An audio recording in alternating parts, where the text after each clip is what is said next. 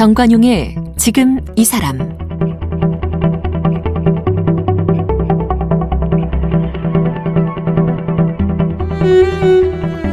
여러분 안녕하십니까? 정관용입니다.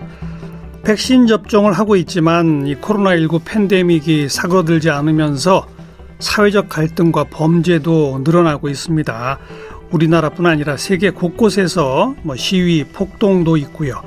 미국의 조 바이든 대통령 지난 5월에 코로나19 증오범죄 방지법, 이 법에 서명하기도 했죠. 정서나 심리가 좀 불안정해질 경우에 감정 통제가 더 안 됩니다. 또 지금 코로나 상황이 바로 그런 상황이고요. 그래서 범죄를 저지르게 되는 거고, 특히 성격장애가 있는 분들 참 걱정이죠. 그런데요, 성격장애라는 거는 왜 생기는 걸까요? 타고난 걸까요? 아니면 성장하면서 형성되는 걸까요? 1세대 프로파일러이자 범죄 심리학자죠. 경기대학교 이수정 교수, 성격장애와 범죄의 상관관계에 대해서 연구해 보니까 어릴 적부터 부모의 양육 태도와 관계가 많았다. 이런 분석 결과를 또 내놨네요. 이수정 교수와 함께 그 이야기 좀 나눠보겠습니다. 이수정 교수는 연세대학교 심리학과에서 학사와 석사, 박사를 마쳤습니다. 미국 샘 휴스턴 주립대학교에서 형사사법학부 교환교수를 지냈습니다. 현재 경기대학교 일반대학원 범죄심리학과 교수와 인재개발처장으로 재직 중입니다. 쓴 책으로는 최신 범죄심리학, 사이코패스는 일상의 그늘에 숨어 지낸다, 이수정 이다혜의 범죄영화 프로파일, 이수정 이은진의 범죄심리 해부노트 등이 있습니다. 이수정 교수님, 요새 저희 KBS TV에서 새로운 프로그램 MC 하시더라고요. 네, 표리부동. 표리부동? 네. 표창원 선생님하고 이제 그 이씨의 이를 따가지고. 표창원, 이수정. 네, 그러니까 이제 저희가 하는 일은 공유돼야 될 그런 정보가 있는 범죄를 두 사람이 각각의 입장에서 분석을 해가지고요. 그래서 이제 어떻게 보면 뒷 이야기. 를 쉽게 이제 설명을 해서 그것을 편집하여 내보내는 그런 방송인 것으로 알고 있습니다. 그러니까 이미 저질러진 범죄지만, 네, 이미 저질러진 그 거죠. 범죄에 대해서 분석을 하면서 네. 우리 사회가 얻어야 할 교훈이 뭔가, 그렇습니다. 이런 걸 찾아내는. 네. 오늘 이수정 교수님 모신 게 일단 코로나19 상황, 그리고 또 성격 장애와 범죄 이런 궁금증을 좀 풀기 위한 건데요. 네. 먼저 좀 여쭤볼게. 코로나19 상황에서 정신과 학회나 이런 데 얘기를 들어보면 확실히 환자 수가 늘어났다고 그러고, 코로나19로 인한 우울증 이런 거 호소하는 분들도 확실히 늘어났다고 하거든요. 이런 상황적 변수는 범죄와 어떤 연관을 갖고 있습니까? 그러니까 이제 고립이라는 게 이제 문제인 건데요. 영국에는 외로움부라는 걸 심지어 둘 정도로 이 사회적인 고립이라는 게 사람들의 정신 건강에 굉장히 나쁜 영향을 사실 미칩니다. 왜냐하면 인간 사회적 동물이라서 사실은 사람들과 함께 어울려서 살아야만 뇌도 건강하고 뇌가 건강해야 사실 정신 건강이 유지되는 거죠. 그런데 문제는 고립되어서 비대면 사회가 되면서 이제 거의 2년이 가까운데, 그렇죠. 그렇게 되다 보니까 이제 여러 가지 정신 건강적 지표도 나빠지면서 아까 말씀하신 우울증, 중증 우울증 같은 게 늘기도 하고, 근데 그것과 함께 지금 극단적인 선택을 하는 분들의 숫자 굉장히 많이 늘어나는데, 지금 그런 이제 경우가 과거에는 젊은 층들에게는 큰 문제가 사실 아니었잖아요. 그런데 지금 청소년과 젊은 층에 있어서 특히 성별로 보자면 굳이 구분을 해야 될지 잘 모르겠지만 여성들이 느끼는 이제 어떤 좌절감이 상대적으로 더 높은지 모르겠는데, 증가 추이가 상대적으로 더 많이 늘었다, 이런 통계들이 지금 보고가 되고 있습니다. 맞아요. 아마도 그게 이제 비대면 사회가 정신 건강에 미치는 영향일 것으로 보이는데, 그것과 함께 이제 범죄도 지금 양상이 굉장히 빠른 속도로 바뀌고 있습니다. 어떻게 바뀌고 있습니까? 그러니까 저희가 일반적으로는 범죄 통계에서 4대 강력범죄 하면 이제 강도, 살인, 성폭력, 그다음에 방화, 이렇게 4가지 통계는 굉장히 장기간 동안 이제 언제나 추적을 해왔거든요. 그래서 매년 이제 보고가 됩니다. 그런데 최근 이제 한 4, 5년 사이에 비대면 또 컴퓨터 의존도가 높아지면서 강도 사건이 굉장히 많이 감소했어요. 강도는 줄고. 네. 그렇기 때문에 오프라인에서 일어나는 범죄는 지금 감소 추세다. 이렇게 얘기할 수 있는데 그러네요. 네 가지 중에 가장 폭발적인 증가 추이를 보이는 건 성폭력입니다. 왜냐하면 사실은 비대면 사회가 되면서 지금 몸살을 앓고 있는 게 결국은 온라인을 통한 성착취 범죄. 맞아요. 네, 영상물들 이런 것들이 너무 폭발적으로 증가하는데 지금 이 온라인 성착취 범죄는 특히 이제 사리 분별을 잘 못하는 아직은 철이 없는 이런 미성년자들을 대상으로 해서 굉장히 많이 발생하거든요. 청소년층에서. 네, 그래서 이제 피해자들이 나이 어린 피해자들이 굉장히 많이 늘어나고 있다. 이게 이제 문제이고요. 더군다나 뭐 다양한 종류의 이제 그 플랫폼들이 생기면서 최근에는 여가부에서는 이제 모니터링을 합니다. 이제 아동 청소년에게 유해한 매체로 이제 애플리케이션을 포함을 시켜가지고 이제 무차별적으로 아이들과 랜덤 채팅을 해서 결국은 그루밍을 한 이후로 성범죄나 성매매로 이어지거든요. 그렇기 때문에 이제 그런 모니터링을 해보니 애플리케이션이 그와 같이 이제 성매매를 그 목적으로 하는 앱이 이제 300개가 넘게 지금 활발하게 마켓을 형성하고 있다. 이런 성매매만을 목적으로 하는 어플리케이션. 그렇습니다. 그것도 적발된 것만 300개일 거 아닙니까? 모니터링이 된 게 300개인 거죠. 예. 그래서 이제 그 리스트를 쭉 뽑아가지고 뭐 관계 부처에다가 제재를 요청한다거나 그런 일들을 하는 것으로 알고 있습니다. 네. 접촉이 줄어들면 강도는 줄어든다. 그렇습니다. 접촉이 줄어들면 성폭력도 줄어들 줄 알았는데 네네. 사이버상을 통한 성범죄는 훨씬 더 늘어나더라. 네. 왜냐하면 사실은 사이버 공간에는 순찰차가 돌아다니지 않잖아요. 예, 경찰도 없고. 그래서 이런 문제들을 이제 극복을 하고자 지금 최근에 9월 달부터 아마 시행할 예정인데 잠입수사라는 걸 시작하려고 하고 있어요. 그래서 경찰들이 이제 여러 가지 위장의 방식, 물론 뭐 시행 세칙으로 다 법적으로 제재를 하지만 어쨌든 정해진 준수사항에 따라서 위장 수사를 할 수 있게 지금 이제 체제를 해야죠. 네, 온라인으로 다 옮겨가는 그런 알겠습니다. 노력 중입니다. 이제 이런 사이버상의 성폭력 범죄라는 새로운 어떤 사회적 골칫거리를 좀 짚어주셨는데 네. 이것과 조금 연관이 될지 어쩔지 모르겠습니다만은. 아까 우리 얘기 시작할 때는 코로나로 인해서 사람들이 고립되고 그럼으로써 뭐 우울증이나 이런 게 늘어나고 이런 얘기 했잖아요. 네.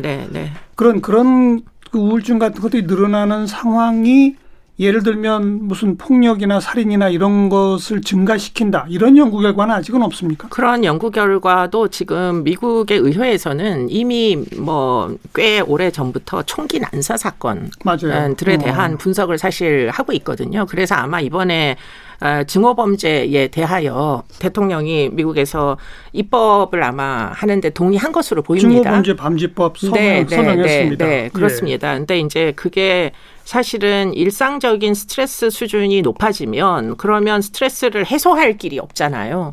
더군다나 이제 비대면 사회이면서 경제적인 어려움이 지속되다 보니까 어디에서도 자아 실현이나 이런 것들이 불가능하고 그러면서 결국은 이제 하루 종일 컴퓨터 온라인 속에서 이제 대화를 하고 영상물들을 보고 이런 이제 그 뭐 여가 활동이 늘어나면서 문제는 그런데 아까도 말씀드렸지만 사이버 공간은 친사회적 규범에 의해서 지배되는 세상이 아닙니다. 그렇기 때문에 클릭 몇 번만 해도 폭력물들 또는 뭐 그 음란물들이 난무하는 그런 세상이다 보니까 그런 것들에 의해서 결국에는 반사회적인 어떤 규범이 내면화가 되는 이런 문제. 더군다나 이제 나의 불행이 누군가에게 분풀이하고 싶은 그런 이제 해소가 안 된 욕구불만 이런 것들이 결국에는 이제 인종차별로 미국 같으면은 그게 또 이제 가짜 뉴스랑 결합되면 그렇습니다. 더 그렇게 되죠. 네, 그렇기 때문에 뭐 실제로 뭐 상당 부분 이제 코로나의 그 원천에 대하여 논쟁이 사실 있지 않습니까? 그런 것들이 이제 아시안 컬처하고 이렇게 융합이 되면서 결국은 목표물이 혐오 범죄의 목표물이 되는 이런 이제 상황이다 보니 네, 입법이 필요하다 이렇게 판단했던 것 같고요. 그게 이제 미국의 상황이고. 네, 우리 경우에도 알게 모르게 우리나라도 그런 현상이 좀 있겠죠. 네, 최근에 이제 묻지마 범죄가 꽤 많이 지금 증가 추세라서 뭐 길을 가다가 밑도 끝도 없이 뭐 여성이 폭행을 당한다거나 그러니까요. 이런 사건들이 지금 계속 발생하고 있다 보니까 사실은 예의 주시를 해야 되는 상황이다 이렇게 보입니다. 코로나19 고립감의 심화 그런 것들의 범죄와의 연관관계 이런 말씀을 나눠봤는데 여기서 또 이제 한 가지 좀 아까 우리 우울증 얘기를 했기 때문에 네. 청취자분들이 혹시라도 어떻게 판단하실까 몰라서 제가 확인차 말씀을 드리는 건데요. 우울증은 정신과적 질환의 하나 아닙니까? 그렇습니다. 정신과적 질환을 갖고 있는 사람은 그렇지 않은 사람보다 범죄 발생 빈도가 높다. 맞나요? 아닌가요? 완전히 틀린 얘기입니다. 아닌 거죠? 네, 그건 전혀 아닙니다. 일단은 정신병 포함 이제 기분장애까지 사실은 약물을 복용하는 경우에 증세가 현저히 호전됩니다. 예. 그렇기 때문에 치료가 가능한 질병들인데요. 문제는 약물을 복용하지 않을 경우에 그럴 경우에 이제 뭐 어떤 사건, 사고 같은 게 일어날 수 있는데 만약에 어떤 그 해소되지 않은 욕구 불만이나 공격성이 자기 자신을 향하게 되면 네. 그러면 극단적인 선택을 하는 것이 될 것이고요. 그게 경우에 따라서는 바깥을 향하는 사람들이 있습니다. 남의 탓을 하면서 나의 불행이 뭐 어떤 희생양이 필요한 분풀이 대상이 필요한 이런 경우에는 이제 범죄로 이어지는 케이스들이 간혹 발생하죠. 그럼 네. 간혹이란 얘기고 통계적으로 정신질환을 갖고 있는 사람이 범죄를 더 많이 저지른다? 아니요. 틀렸습니다. 그건 아니다. 네, 그렇지 않습니다. 네. 그러면 정신질환과 범죄의 상관관계는 없다 이거네요. 네, 상관관계를 굉장히 많은 사람들이 연구를 했는데요. 명확한 결론이 나지 않습니다. 네. 다만 이제 그 흉악한 범죄를 상습적으로 하는 사람 같은 경우에는 어떤 특정한 유형의 성격 장애 정도는 가지고 있다. 그게 반사회적 인격장애, 사이코패스 그렇습니다. 이런 사람들. 네. 그렇기 때문에 극소수에 해당하는 연구의 결과들은 계속 확인이 되는데요. 전체 범죄 1년에 몇백만 건이 일어납니다. 사실은 그렇죠. 불법행위는. 그중에 사실은 정신과적인 문제를 안고 있는 사람은 사실 거의 미미하죠. 네. 또 한 가지 여기서 조금 확대하면 이제 정신과적 질환의 문제가 아니라 오늘 우리가 또 좀 중점적으로 얘기하려고 하는 게 성격 장애 아니겠습니까? 네. 이건 질환까지는 안 가는 거죠. 네, 성격 장애를 장애라고 불러야 되는지조차도 좀 논쟁의 여지가 있습니다. 성격이 좀 이상한 사람 이렇게 보시면 되겠습니다. 그러면 성격 장애와 범죄의 상관관계는 어떻게 됩니까? 즉 모든 범죄자는 성격 장애자다? 맞나요? 그렇지 않습니다. 아니다? 네. 그러나 이제 흉악범들, 징역을 여러 번 가는 상습범들 중에 통계치에 따르면 70% 정도가 반사회적 성격장애다. 이런 리포트는 있습니다. 그러니까 성격장애도 유형이 여러 가지잖아요. 네. 그중에 반사회적 성격장애, 사이코패스 네. 여기는 분명히 범죄를 저지를 확률이 더 높다. 그렇습니다. 성격장애만. 네. 근데 사실 숫자가 많지는 않죠. 그 사람들이. 그럼 그 숫자는 적죠. 네. 나머지 성격장애를 가진 사람들은 내지는 그 성격장애로 좀 힘들어하는 사람들은 범죄자가 될 확률이 더 높다. 맞아요? 아니요. 틀렸습니다. 그것도 아니에요? 네. 성격장애는 그냥 감기처럼 그냥 평생 누구나 성격적인 문제는 다 껴안고 살아가는 거죠.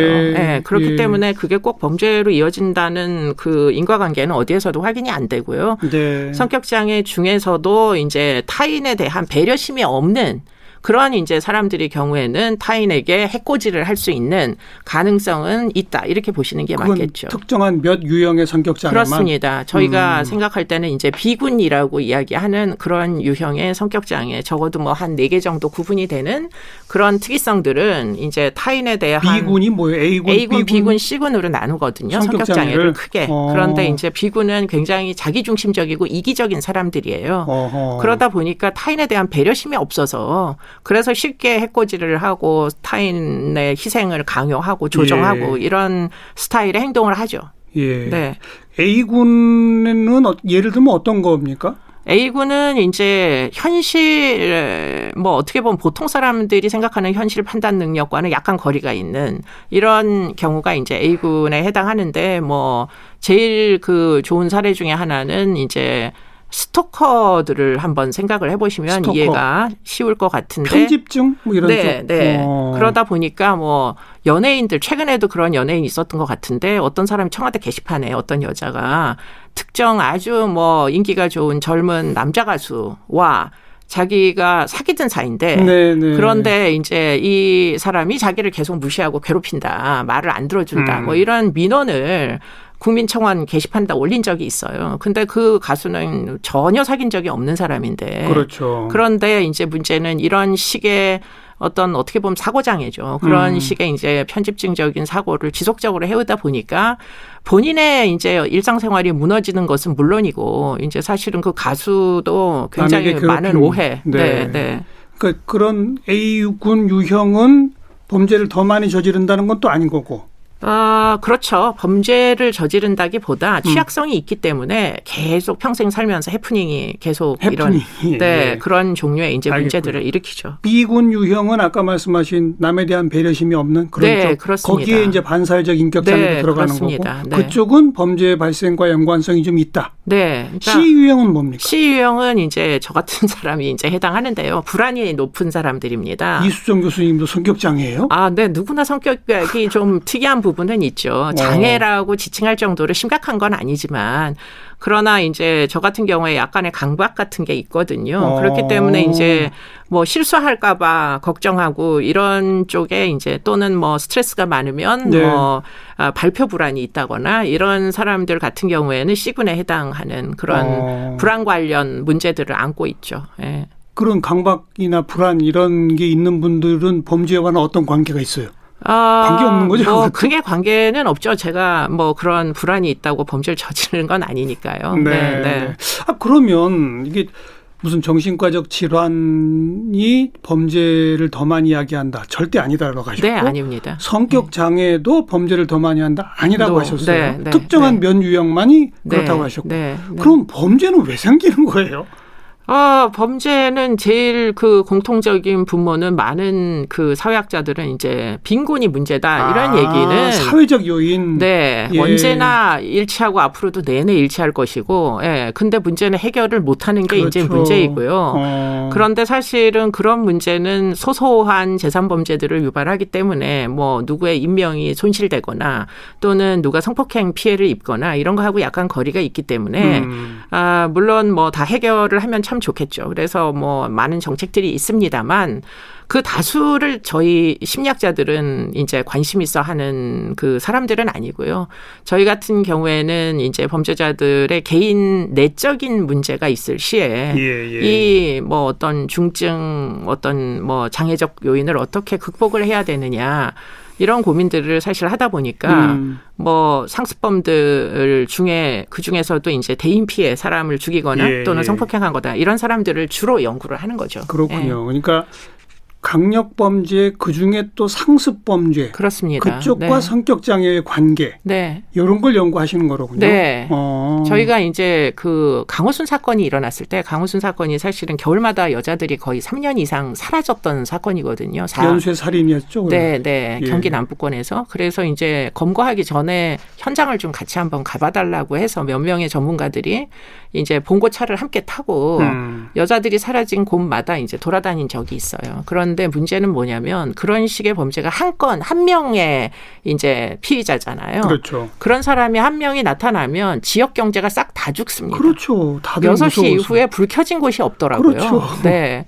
그래서 그때 느낀 게, 이 한 사람에 대한 이해를 제대로 하는 것이 어쩌면 정말 다수의 범죄를 제재하는 거 못지않게 중요하겠다. 그때 그런 생각을 한 적은 있습니다. 네.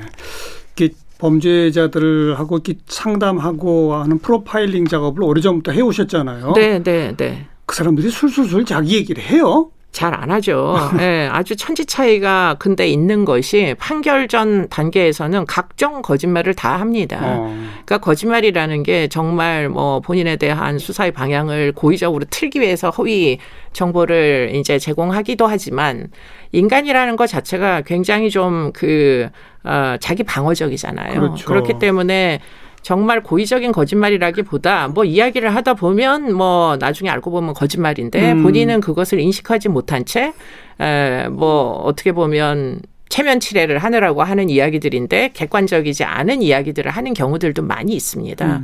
그런데 경력이 좀 쌓이시면 이수정 교수님 같으신 분은 딱 들어보면 이거 거짓말이구나 의심이 아니요, 가요? 저희도 알기 어렵습니다. 거의 그렇죠. 입만 열면 거의 그 신뢰하기 어려운 이야기들은 늘상 하기 때문에 그래서 저희는 한 가지 방법이 일단은 만나기 전에 그 사람에 대한 모든 정보를 다 리뷰를 합니다. 그래야죠. 네. 그래서 뭐 예를 들자면 수사 받은 경력이 뭐 20번이 있는데 그러면 이제 불법 행위로 수사받은 그 경우가 몇 번이나 있느냐 이렇게 물어보면 네. 면담을 실제로 하러 가서는 그럼 대부분이 이제 징역살이 간 것만 이야기를 해요. 7번 이렇게 얘기합니다. 수사 받은 건수가 아니라. 네, 유죄 판결 받은 거, 그 중에서도 징역 간 거 이런 것만 이제 전과라고 생각을 하는 거예요. 그렇기 때문에 사실은 불법 행위를 한 횟수는 진짜 많은데 그건 기록상에서 오전에 확인했기 때문에 그렇기 때문에 오후에 정말 이 사람이 굉장히 많은 거짓말들을 소소하게 많이 하는구나 이런 것들을 이제 판단을 하는 거죠. 네.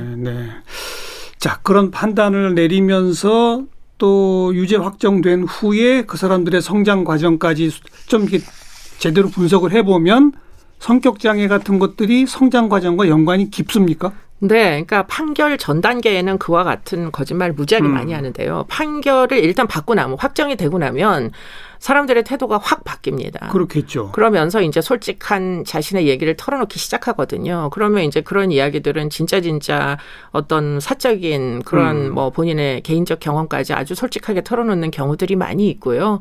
제가 생각할 때는 그런 종류의 이제 더 이상 처벌받지 않는다. 내가 비밀을 굳이 껴안고 가지 않고 털어놔도 큰 문제가 없다라는 안심을 하게 되면 진실을 이제 접근할 수 있는 시기가 오는데요. 그게 아마도 그게 안심일 수도 있고 자포자기일 수도 있죠. 네, 그럴 수도 있습니다. 이미 형은 확정됐으니. 네. 그런데 이제 그 중에 가장 큰 사례가 사실은 화성 연쇄살인 이춘재의 자백이었죠. 맞아요. 만약에 형이 변경될 가능성이 있었으면 결국은 자백을 받지 못한 채 그랬을 거예요. 네, 그 연쇄살인은 미제가 됐을 것 같은데 문제는 이제 더 이상 공소시효가 끝났기 때문에 비밀을 유지할 필요가 없잖아요. 그렇죠. 그렇기 때문에 이제 형이 확정된 다음에 면담을 하면 굉장히 많은 걸 알아낼 수 있는데 그럴 때 이제 자기 어린 시절에 대한 이야기들을 하곤 합니다. 그러니까 그런 성장 환경과 성격 장애와의 상관관계가 어떻게 됩니까? 상당히 깊다.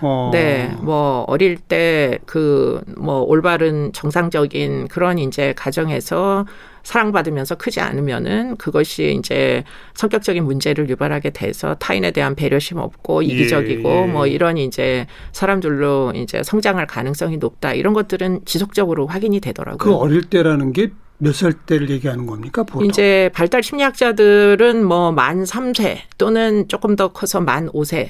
까지가 사실 굉장히 결정적 시기다 이렇게 얘기를 많이 하거든요. 진짜 어릴 때군요. 네, 그렇기 때문에 그때 이제 정말 사랑받는 느낌을 받으면서 인간에 대한 기본적인 신뢰를 가질 수 있어야 되는데 당연히 이제 부모 밑에서 사랑받으면서 크는 사람들은 쉽게 이제 성취할 수 있는 것들인데 문제는 양육 환경이 굉장히 불안정한 경우에 뭐 꼭 친부모가 아니어도 상관없어요. 사랑을 해주시는 할머니나 할아버지나 또는 뭐 양부모도 상관없는데 굉장히 안정적인 그런 양육 경험을 하지 못하는 경우에 그러면 이제 성격적인 문제가 발발하게 되고 그것이 지속적으로 영향을 주고 뭐 청소년기를 거쳐서 보통 한 성격장애 진단은 한 만 18세 정도 되면 진단을 내리거든요. 그럼 3세, 5세. 네. 그 이후 상황은 어떻습니까? 영향을 줍니다. 네. 그러나 결정적인 건 그 앞이다. 네, 그렇습니다. 물론 뭐 학령기도 중요하죠. 학교를 열심히 다니면서 친사회적 규범이 내면화되는 동안은 그래도 크게 문제가 있지는 않습니다. 그런데 문제는 뭐 초등학교 때 이미 학교를 결석하기 시작한다거나 우리나라처럼 이제 중학교 때 결석이 계속되는데 고등학교 1학년 1학기가 되면 학업 중단자로 낙인이 딱 찍히거든요. 이제 그래서 학교를 안 다니게 되면 그러면은 정말 일탈된 사고를 갖게 되죠.